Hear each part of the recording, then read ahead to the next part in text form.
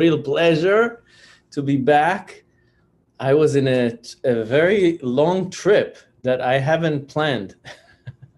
It wasn't in my plans. I didn't want to go. Things comes our way, and here they are, present themselves to us, and we have to pick up the phone. The phone is calling. We have to pick up the phone. So I welcome Wendy. It's good to see you. So welcome to Chi Talk, and I'm happy to kind of relaunch the Chi Talks again, and just open it to questions, and we can talk a little bit about my trip too, or whatever your question you have regarding anything you could imagine. This is going to be transcribed into a podcast called Awaken the Healer Within. And it's all about spreading the words of healing, of health and healing. How do we heal ourselves?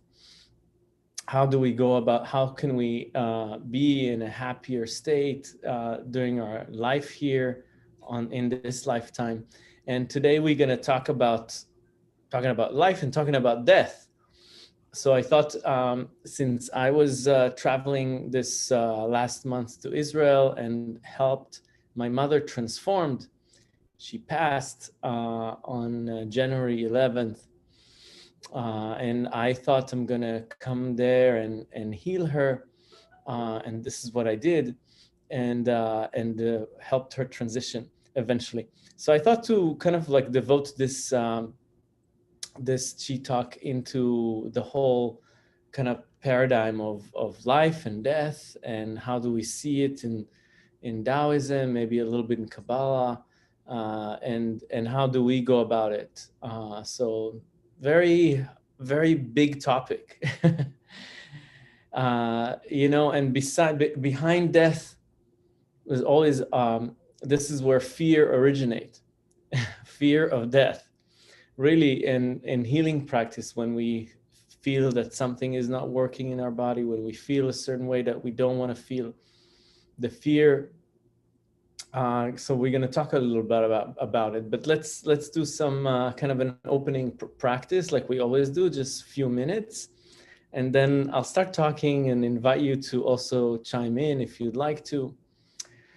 All right, so let's bring both fists to the heart center and close your eyes and put your mind in the space when you're knocking inside of you. Take a deep breath through the nose to that area, and on the exhale, make the sound of HA in a whisper. It's almost like when you have a window pane in front of you and you try to make it cloudy with your breath in the winter. So that's how the sound sounds. When you try to create vapor over a window pane with your breath. And this is a noontime, it's a time for the heart, and this is the sound of the heart. And as you breathe it out and make the sound, just imagine as if all stress and tension come from the heart center and exit through the mouth. Just think about the heart center, breathe into it love and light, and exhale all the stress.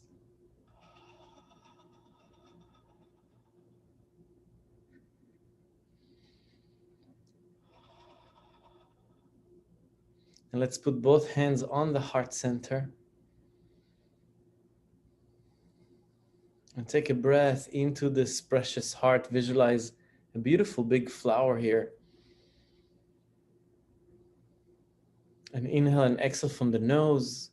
Tonify the breath. Visualize the heart as a beautiful flower. And the breath in nourishes it.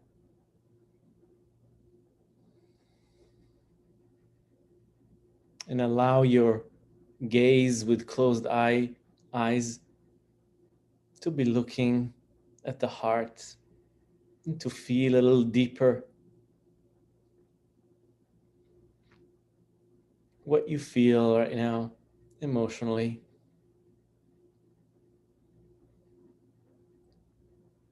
See if you can listen to the heartbeats.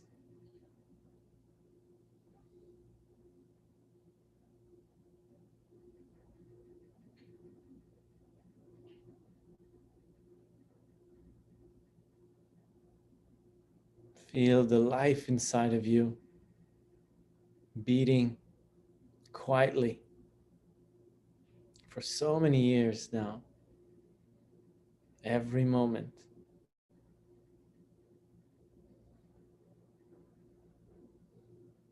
Appreciating deeply the aliveness that we feel inside.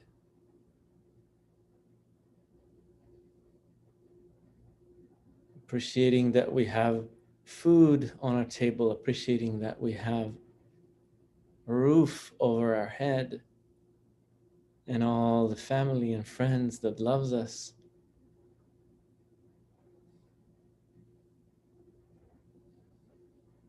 All the support that we have here on the planet Earth and also from the spirit world. People looking after us.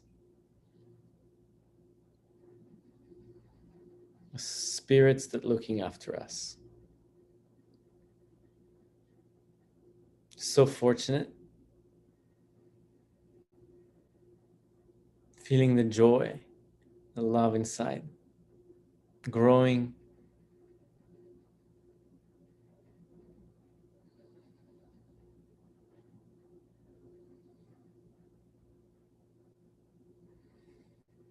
Nice. And let's softly relax the hands down and put the hands on the knees and open the eyes. You can rub your knees with the energy of your heart. The knees are very important. Yeah, the knees, taking care of the knees of the legs is very good. The knees are also, we can smile to the knees too, because they make us walk and see the world. You know, without the knees, we wouldn't be able to see the world. Nice, beautiful. So yeah, so it's good to see you. Hi, Bart and Jermaine, join us. Good to see you. So today's topic is about death, is about life and death, and you know, I've experienced it kind of firsthand. Going back on a trip to Israel, my mother went to the hospital and had an infection, and it turns that in the hospital she contracted the coronavirus when she was in a very weak state. Yeah, she was a very strong antibiotic for a few days to kind of clear this bacteria, and then boom, the coronavirus hits, and really there's just another week left that she lived, and then she passed. And I was lucky to go and to visit her. You know, at that time I was in Hawaii on vacation, and I got calls from Israel every day to update me how she feels. And there was a call that told me that she got the coronavirus, and then I knew that this is not good because her immune system was already compromised, and and and by the time I got to Israel, she was already on a breathing machine and sedated. I had a lot of beautiful openings with her, being by her, and having a lot of signs from her. Even though she was sedated, she could feel me and she could see me, and she gave me a lot of signs, remarkable things. And this talk is not about to talk about it, even though it's a beautiful stories on it on their own, and very touching and pretty amazing.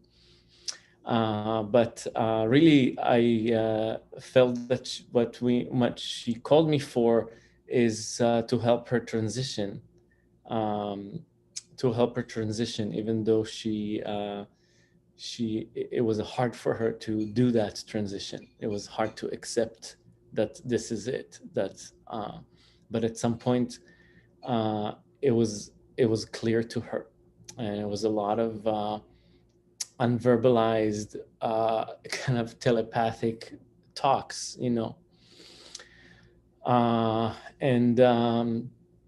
yeah, so I don't want to draw myself into, it's beautiful, there's beautiful stories there, but what I wanted to talk is about grief and about death and about loss, and how can we comfort ourselves, and what is it all about. And just wanted to mention here that grief is good and grief is really healing, and it's part of what we do here in our human form. And if something we lost, we lose something, something lost, we grieve over it, we are sad, and that's a totally fine and response to loss, and I went through my own grief over my mother loss, and I still do, and it's beautiful on its own, and we tend to not like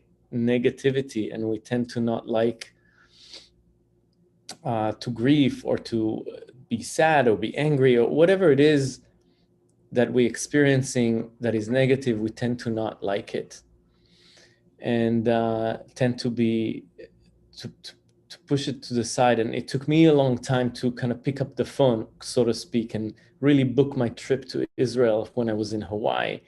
I didn't want to think that she's about to die. I didn't want to think that this is it. So I just postponed it. I said, she's going to be okay. And until really my sister told me, the doctor are saying that you should come if you want to see her. And at some point it just kind of like sink down. And then I felt a lot of anxiety, a lot of fear from this trip, from what I'm going to experience. And what I experienced was when I let myself open to it, I experienced something very beautiful and transformative, and I'm so glad I did. Yeah, so in Kabbalah and in Jewish tradition, it's very interesting. I'll talk about the Tao too. We say that the day of the death is happier, is better than the day of the birth. And this is the prayer that you're saying on a person that dies. When you bury anybody, that's the prayer. In Hebrew, it's called Tov Shemin Shemen Tov V'Yom Hamavet Miyom Yivaledo. The day of death is better than the day of birth. And then you ask, well, why? Why the day of the death is better? And really what we see, and this is similar in Taoism, but a little different. So I just wanted to kind of talk about this first in the Hebrew tradition and then in the Taoist, is that the day of the death is it's almost like there's an analogy for a ship that leaves the port, and then another ship is coming into the port, returning from its journey. Yeah, and everybody was waving goodbye and having a big celebration for the ship that is leaving the port to go on the journey. But really, what in Jewish tradition we say, we should be celebrating the ship that returns back to the port, because this ship that come back to the port, and that's what's a metaphor for death. This ship succeeded in its journey. It came back back to its origin, to the spirit world. Yeah, the spirit world, or God, or heaven, it's our ultimate house. This is where we're going back to after we experience this lifetime and lifetime after lifetime. And it's a big celebration for a spirit to go back and to meet all the other spirits, all the ancestors, and there's a big celebration happening there. And this is a day of celebration. In a lot of Asian tradition, there's actually in Hindu tradition, you actually celebrate in the Day of the Dead. It's very interesting. The celebration is the unification of the soul with its ultimate home. And here it's not really home, it's a journey. We are on a journey to learn something. In Kabbalah, we say we hear that because our spirit wanted to do some sort of fix, some sort of, there's something that we wanted to learn. The spirit came here to learn something and to experience something. And the wisdom that we gain during this lifetime is being taken back to the spirit. And so the Day of the Dead, seeing as a day of a big celebration, and better than the day of birth, because when a person born, we don't know what this person is going to experience during its lifetime, what he's going to choose. Yeah, part of the trip here, the journey, is to choose, be able to choose love, to choose healing. You always have you always have the ability to choose, and this is why a spirit came here, to have the ability to make a choice between this or that, and what do we choose? And so the day of birth, seen as a day of uncertainty, is this is going to really succeed? What's going to happen? What this person going to choose? What he's going to and what I can say is that my mom lived a really happy life, a full life.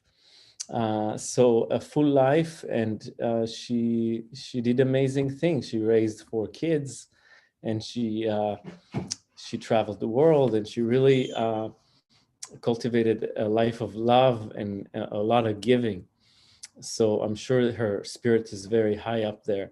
So this is from a Kabbalistic approach, but from a Taoist perspective, the death is really not, there's no really death.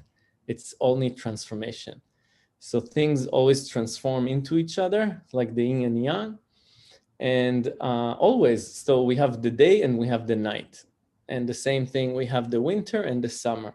And things always transform into each other. And this is how nature works. And this is now our young state. Our young, because we are in a form. Our spirit has a form. So we are in a form of of life. And then we go into the dark side, the yin side, the winter.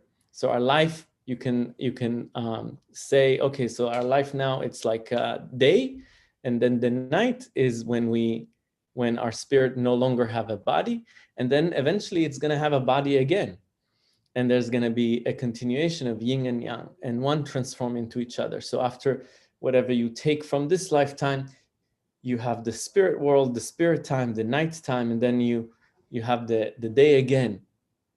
And then you form into a new body that you choose, or whatever seems right for whatever happens up there. And there's a lot of talks about that too in Buddhism, Tibetan Buddhism, and Qigong and Taoist tradition. So this is how we see so energy always transform into each other. There was a really beautiful story by Thich Nhat Hanh, a monk that I don't know if some of you know Thich Nhat Hanh, and then he met a guy, a small kid that was brought by his mom, and he was crying over the death of the dog.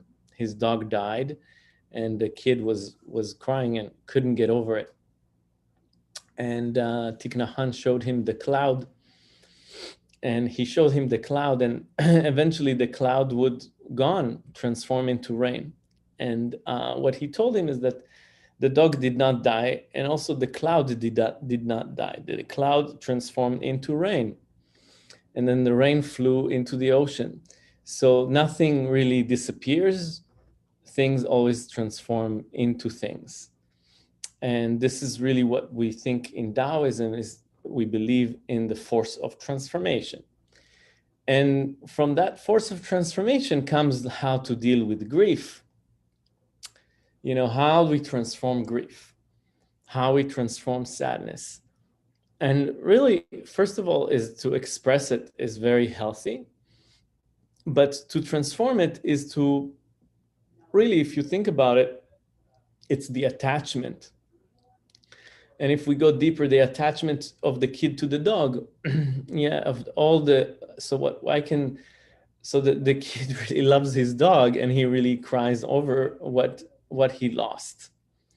But really, if we shift our mind into gratitude, that would be the flip side of grief. Yeah, so we say if we think about all the good that this person gave us in his lifetime, all what we got, so we can focus our energy on gratitude, and that would eventually transform grief. And this is kind of like the teaching of the Tao, of Qigong, that love and gratitude transform sadness. So you can remember what this person gave you and all the present he gave you and feel so fortunate. And by feeling so fortunate, you flipping the side of the loss. Yeah. So this is kind of like the work that we're doing and on a personal level, I can tell you from what I experience now that it comes and goes. It's like in waves, it's ebbs and flows. Sometimes you're in a state of grief and it's good and it's very releasing to really express grief. And on the flip side, and at the same time, you remember the story of the Tao. You remember that everything is transformed into something else. Nothing really dies, and connect with the gratitude that what my mom gave me life, gave me more than life, gave me a lot more. And I also have a very special connection to her right now, to her spirit that I didn't really had before or care to develop, which is very interesting. So this is, I thought that, I hope that this kind of talk a little bit comforts anybody that deals with grief or sadness, as to always to not stop the grief or sadness, but to remember also gratitude for whatever you got lost and what you got out of it. And when you focus your mind, when you move your attention into gratitude, it's deeply nourishing the heart. It's deeply nourishing the heart. And yeah, and I wanted to also talk. We don't have time to really lengthen this bandwidth in this small chi talk because I want to also hear you. But the attachment is really what causes us a lot of negative emotion. And is attachment is good or not good? What does it come from? Maybe we can talk about it next time, about attachment as the source of attachment to our pain, right? We attach to the body when we feel pain. That's part of the process of healing and how it connects with death. When we feel bad, when we feel emotionally bad, when we feel pain, physical pain, so we can get attached to our physical body. We can get attached to our emotional state. We can attach to our mental body, our thoughts and beliefs. So attached to the physical bodies, like again, pain or pleasure, attached to our emotional energy, or attachment to our beliefs. Yeah. So maybe we can talk about it next time, and where does it come from, and why we are experiencing it, and how to transform it. So maybe that's an idea for next time. But for now, I wanted to kind of share with you that a little bit of what I've been experiencing, and maybe some words of wisdom around death, which is really a big, huge topic of the kind of like the source of a lot of fear. Even pain is a little bit of death, as fear of, what is happening. And if you think about it, the body is always dying, right? And one day is going to be complete. This day you're the youngest, and and the process of death is eventually going to be completed.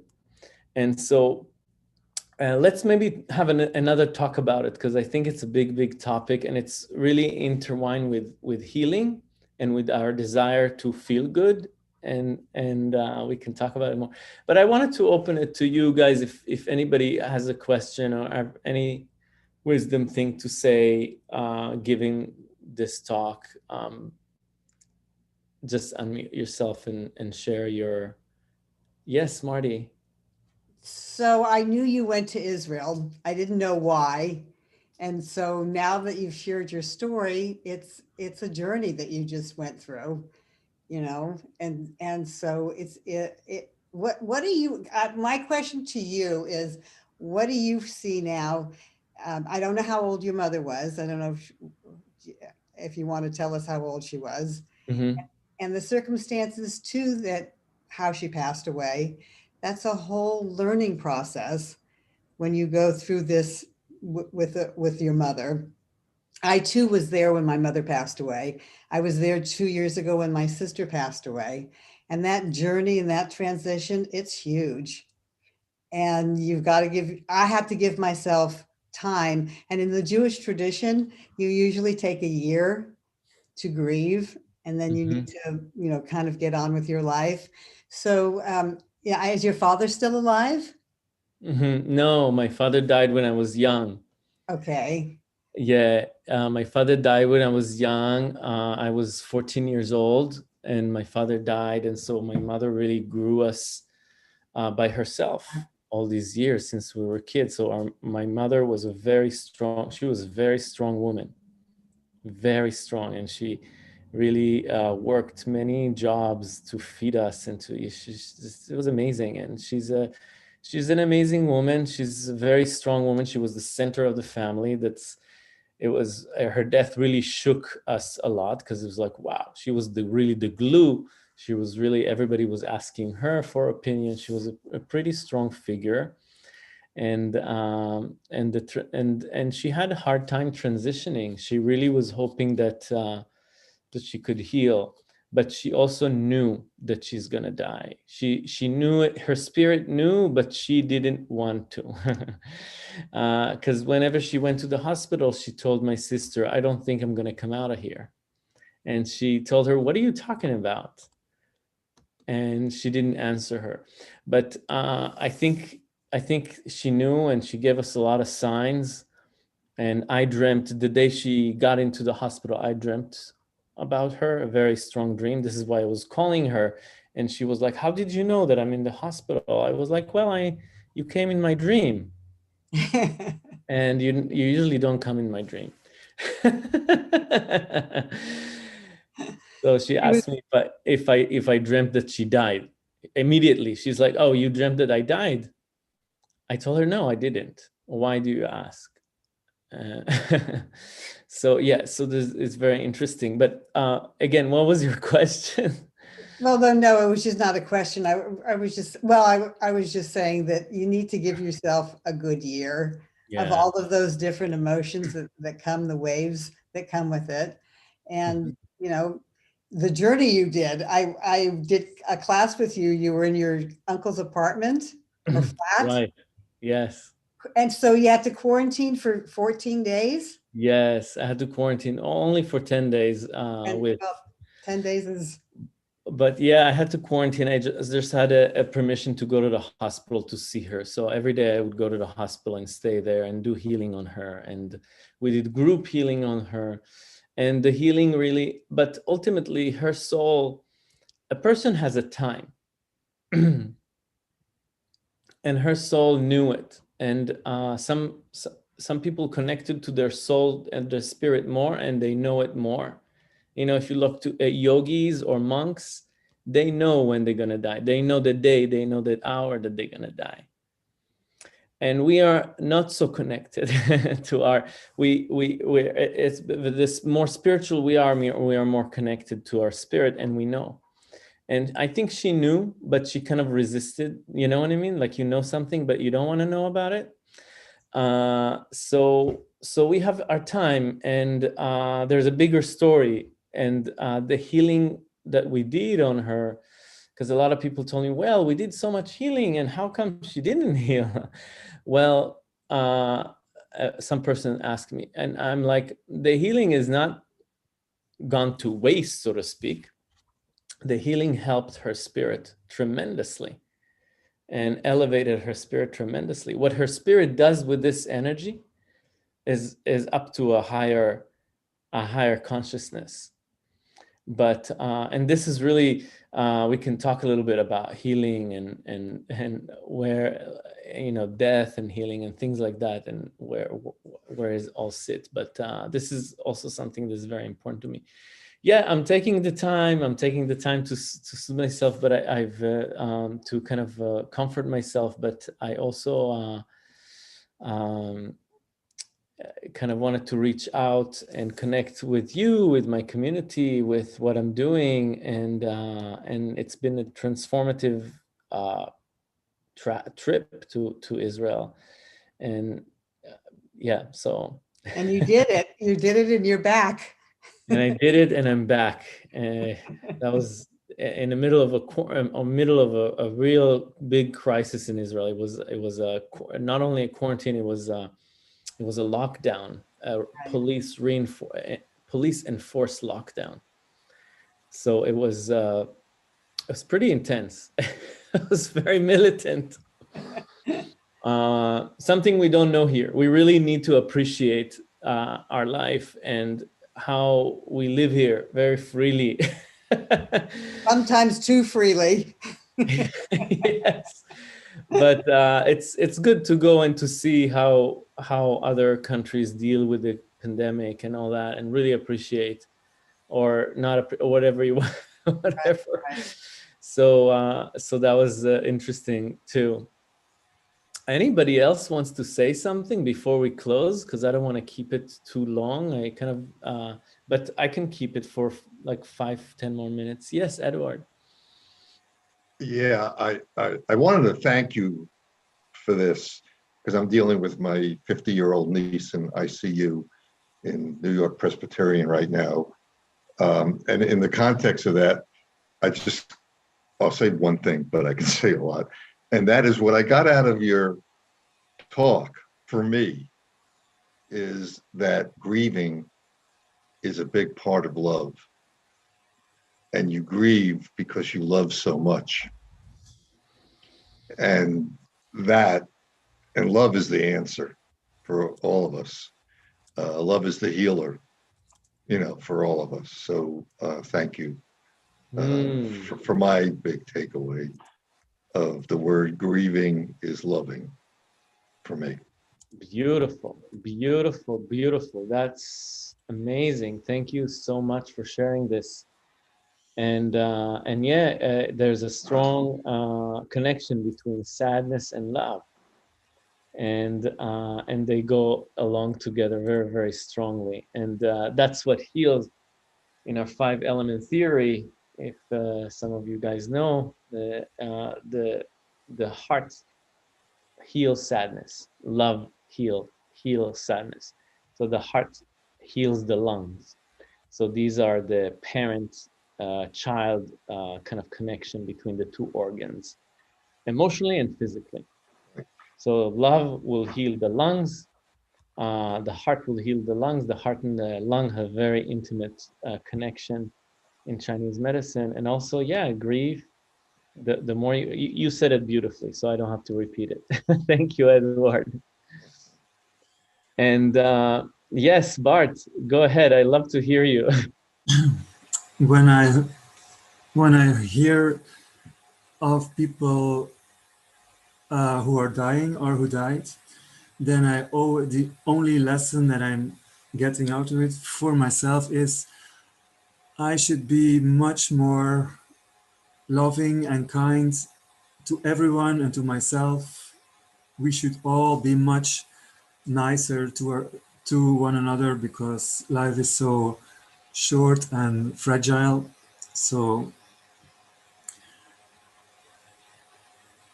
and again, that was what I was thinking when I heard your story. We should all be much kinder and loving to ourselves to one another right here and now, and to everyone. Mm-hmm. Definitely, I hear you and I feel you, and it's so true. And that's kind of like the message of choice, of how we live here and how this journey, what do we choose to do and how we choose to react to things that come our way and to people. And yeah, we are all connected. That's very beautiful, and it really softens and warms the heart, and that's kindness and love and appreciation and respect is really a beautiful gift, and it goes along with that, with the understanding of the impermanence of our life here, of everybody's life here, and but the eternity of our soul. And also, as the Taoists say, that we are here, the purpose here is to enjoy ourselves. Life is a gift to be enjoyed, and that's really the message of the Tao. If you want to summarize the Tao, life is a gift to be enjoyed. So so with that, I'd like to really appreciate you participating in this special Chi break, Chi talk, and yeah, and maybe we can talk more a little bit about fear of death and healing and how it's connected with healing energy. And when we do self-healing, when we want to heal ourselves and others, what is blocking this energy? How can we open our energy pathway to really be able to heal ourselves and other better through the wisdom of this talk of death, of dealing with death, and what is death and things like that. So maybe we can do another Chi talk about this subject. I'm just kind of thinking about it. All right, let's put our hands on the heart, everybody, and I just and close the eyes. And I really want to appreciate you guys here live joining me on this special Chi talk. For me, it's very special, and really feel very connected to you all, and on a very deep level, even though we sit miles and miles apart. Yeah, our spirit is connected. There's no boundary of space and time. And let's feel that connection and what we created here in this just half hour, and look into our hearts and feel the love, what Edward mentioned, and the kindness and the gratitude to everybody that came into our life, to all the gifts that they shared with us.